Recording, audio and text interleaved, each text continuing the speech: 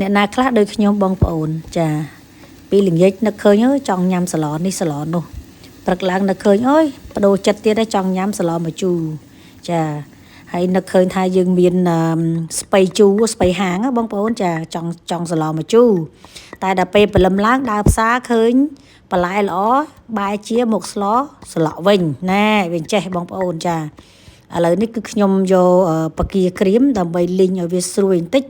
ដើម្បីធ្វើការបុកវាទៅយករសជាតិបងប្អូនចាអានេះគេហៅប្រហើកូនកាត់ហើយចាឥឡូវយើងមកមើល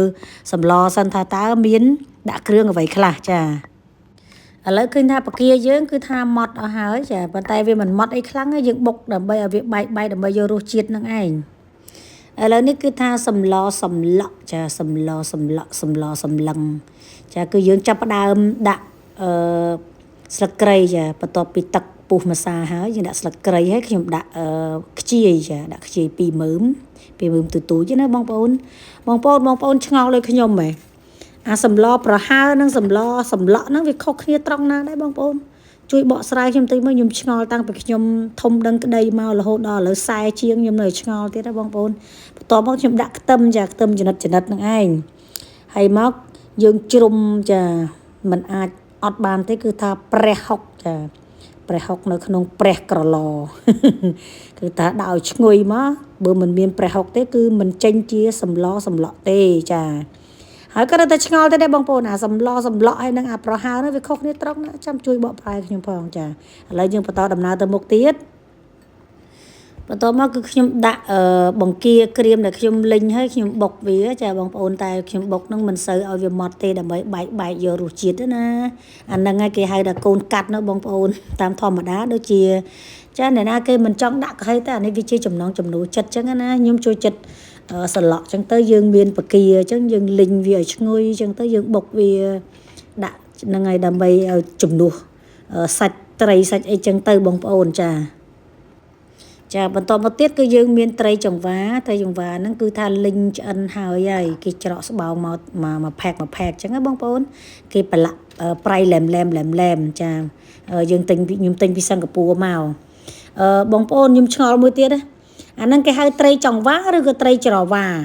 បងប្អូនណាដឹងជួយប្រាប់ខ្ញុំផងខ្ញុំនៅតែឆ្ងល់ដដែលចាឥឡូវនេះគឺថាយើងធ្វើការផ្សំគ្រឿងទៀតហើយមិញខ្ញុំដាក់ស្ករសបងប្អូនចាបន្តមកទៀតគឺខ្ញុំដាក់ម្សៅស៊ុបមាន់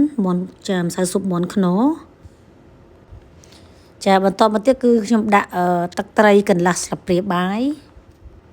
ហើយបន្តមកទៀតគឺខ្ញុំប្រើប៊ីចេង1ចុងស្លាបព្រាកាហ្វេចាហើយនឹងអំបិលហេម៉ាឡៃបងប្អូនអំបិលពណ៌ផ្កាឈូកណាមកចិបចឹងទៅចាបន្ទាប់មកគឺខ្ញុំចាប់ផ្ដើមភ្លក់គ្រឿងទឹកស៊ុបយើងហ្នឹងថាតើវាល្មមនឹងយើងប្រើប្រាស់គ្រឿងក្រៅអំបាញ់មិញហើយឬនៅគឺថាវាសមល្មមហើយខ្ញុំក៏ចាក់មានផ្សិតមានម្ទេសខ្ចីហ្នឹងជាមួយនឹងតងល្ពៅបងប្អូនចាដើមល្ពៅខ្ចីហ្នឹងណា3មុខហ្នឹងដាក់បញ្ចូលគ្នាជាមុនសិនចាបន្ទាប់មកយើងឃើញថាបន្លែមុនហ្នឹងគឺវាសមល្មមដល់ហើយដែរខ្ញុំក៏ចាក់ចាស្លឹកល្ពៅបន្ថែមជាមួយនឹងននោងបងប្អូនចាហ្នឹងគឺជាសិតតបន្លែវីតាមីនហើយចាបន្តមកទៀតគឺខ្ញុំប្រើត្រីឆ្អើរបងប្អូនចាត្រីឆ្អើរខ្ញុំដាក់ចិត្តចុងបន្ទាប់ពីព្រោះវាក៏ងាយនឹងទុនដែរមិនអីទេចាដាក់ត្រីឆ្អើរចូលចាជាចុងក្រោយគឺខ្ញុំដាក់ផ្ទីចាផ្ទីហ្នឹងក៏ជាអាហារដែលមានវីតាមីនច្រើនដែរសម្លក់ឬក៏ប្រហើរហ្នឹងឲ្យតែបានបន្លែច្រើនគឺឆ្ងាញ់ហើយបងប្អូនគឺរសជាតិវាឆ្ងាញ់តែម្ដងឥឡូវនេះគឺថាសម្លខ្ញុំគឺបានឆ្អិនរួចរាល់អស់ហើយបងប្អូនចាតើល្ងាចនេះបងប្អូនមានសម្លអ្វីខ្លះហើយស្លមុខម្ហូបអ្វីដែរជួយខមមិននៅខាងក្រោមឲ្យខ្ញុំបានដឹងម្នាក់មួយមុខផងដើម្បីឲ្យចាថ្ងៃស្អែកខ្ញុំឃើញថាសម្លណាប្លែកខ្ញុំនឹងស្លសម្លតាមបងប្អូនមួយមុខទៀតចាខ្ញុំដឹងថាបងប្អូនរាល់ថ្ងៃឈឺក្បាលវិលមុខដោយសារមួយថ្ងៃមិនដឹងជាស្លអីធ្វើអីញ៉ាំអីនិយាយពីឡើងផ្សារម្ដងគិតអស់ហើយចាបើថាធ្វើមេចុងភៅវិញគេគិតដល់ជ្រុះសក់បងប្អូនចាបងប្អូនជឿអត់ថារាល់ថ្ងៃហ្នឹងខ្ញុំជ្រុះសក់ដោយសារគិតណាដូចថាគិតថាត្រូវធ្វើម្ហូបអីស្លអីទុកដាក់អីអញ្ចឹងបងប្អូន